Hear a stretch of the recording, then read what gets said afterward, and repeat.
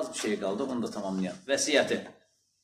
Musa Əfəndi rəhmətullahi aleyh hər etdiyi gözəl işdən sonra elhamdülillah deyərək o imkanı bəxş edən Rəbbinə şükr edər və onu heç bir zaman unutmazdı. Elə ümid edirik ki, can əmniyyətini üz ağı ilə haqqa təslim etdiyi üçün də könlündən bir elhamdülillah demişdir. Vəfatından sonra açılmaq üzərə yaxınlarına bir vəsiyyətnamə buraxmışdı. O vəsiyyətnamənin bir qismi belədir.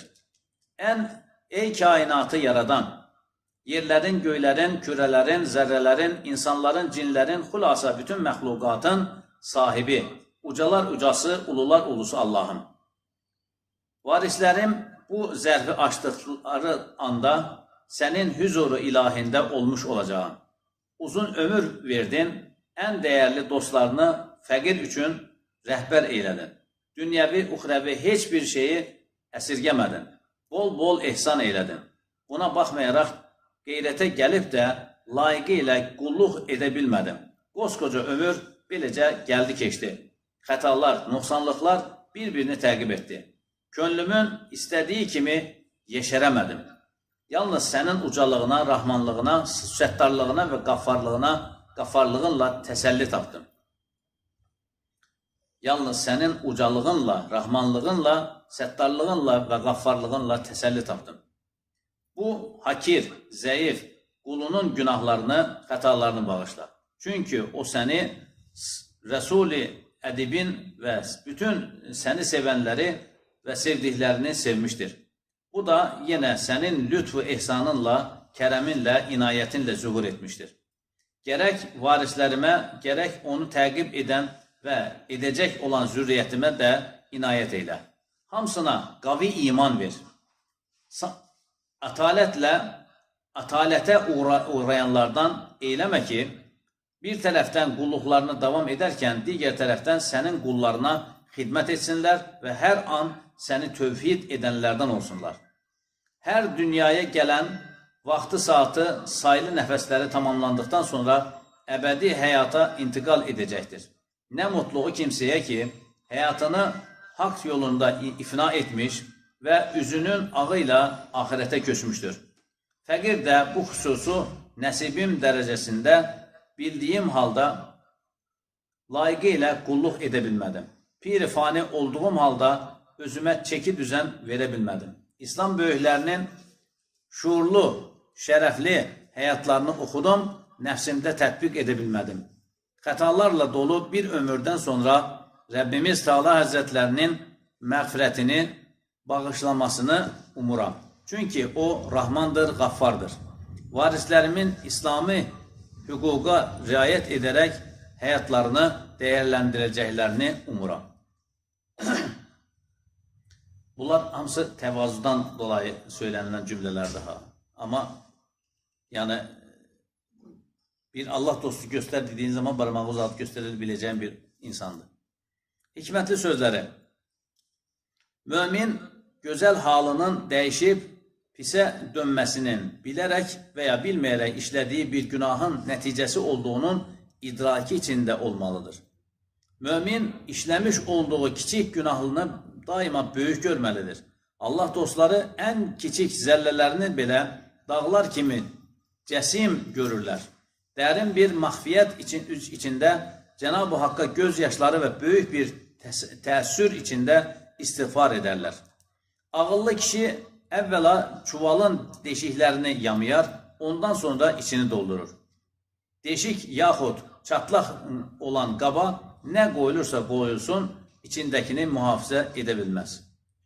Ağıllı insan düşük əxlaqlı, dəyanəti zəif insanlardan həm özünü, həm də yaxınlarını qorumalıdır.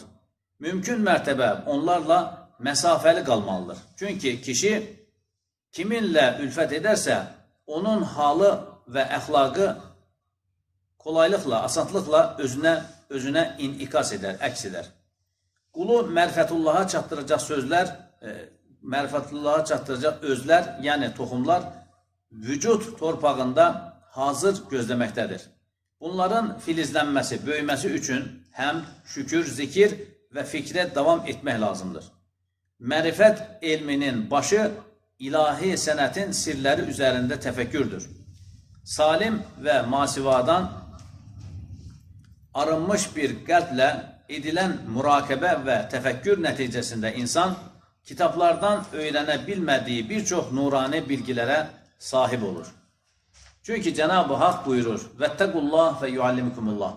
Allah'tan qorxun, təqva üzrə olun. Allah sizə bilmədiklərinizi öyrədir. Bəqərə surəsi 282-ci ayət.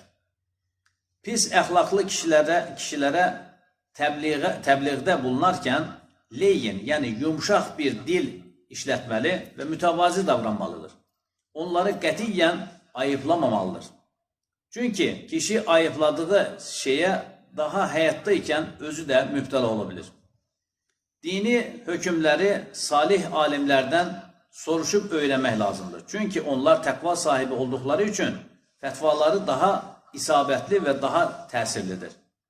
Digər tərəfdən elmi, mal və mövqeyə qurban edən dünyaçı alimlərdən də mümkün mərtəbə uzaq durmalıdır. Övladına dinini öyrətməyən ana-atalar dünyanın ən mərhəmətsiz insanlarıdır. Dini tərbiyə vermədən övlad yetişdirmək, sobada yandırmaq üçün ağac yetişdirmək kimidir. 100 dənə yarım insanı toplasanız bir tam insan olmaz, bir tam insan etməz.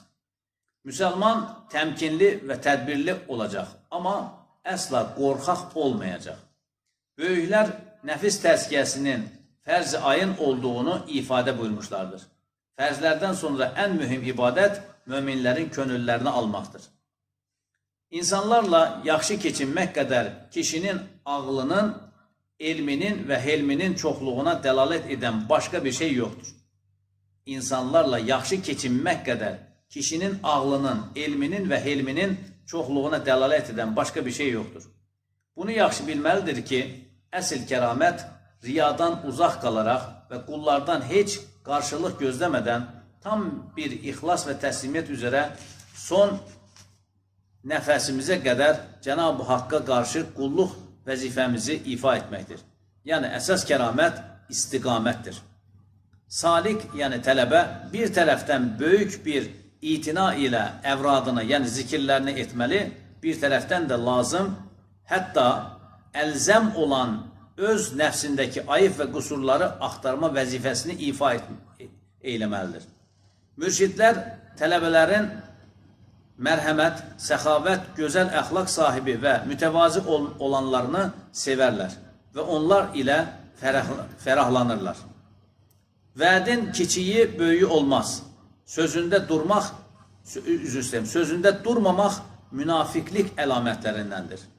Vədin kiçiyi, böyüyü olmaz. Sözündə durmamaq münafiqlik əlamətlərindəndir. Resul-i Əkrəm sallallahu aleyhi ve sellem borcu müsəlmanlara məkruh qılmışdır. Çünki hür və sağlam insanın nəzərində borc daima ağır bir yük, acı bir minnətdir. İslamın əmr etdiyi ibadətlər həmişə qulların mənfəət və məsləhətləri üçündür. Yoxsa Allah-u Teala'nın bunlara heç ehtiyacı yoxdur. Hak Teala müstağni olduğu halda qulların əmir və nəhiylərlə ucaltmış və onlara yüksəlmə yollarını açmışdır. Biz acizlərə düşən də bu böyük nemətin şükrünü tam olaraq ifa eləməkdir. Hak dostları hər kəsin ağırlığını yüklənməyi özlərinə düstur qəbul etmişlərdir. Qeyrətimiz xidmət etməkdir, amma nəfər olaraq. Mən işin böyüyünü edirəm deyə kiçiyini ehmal etmək olmaz. Çünki kiçiklər toplanınca böyük olur. Yəni mən böyük işlər görürəm, o bir şeyləri tərk edeyim, o uyğun olmaz. Bu qədər əziz qardaşlar, Altın Silsilə kitabını burada nihayətə erdirdik. Əslində, keçən buna göz atanda bu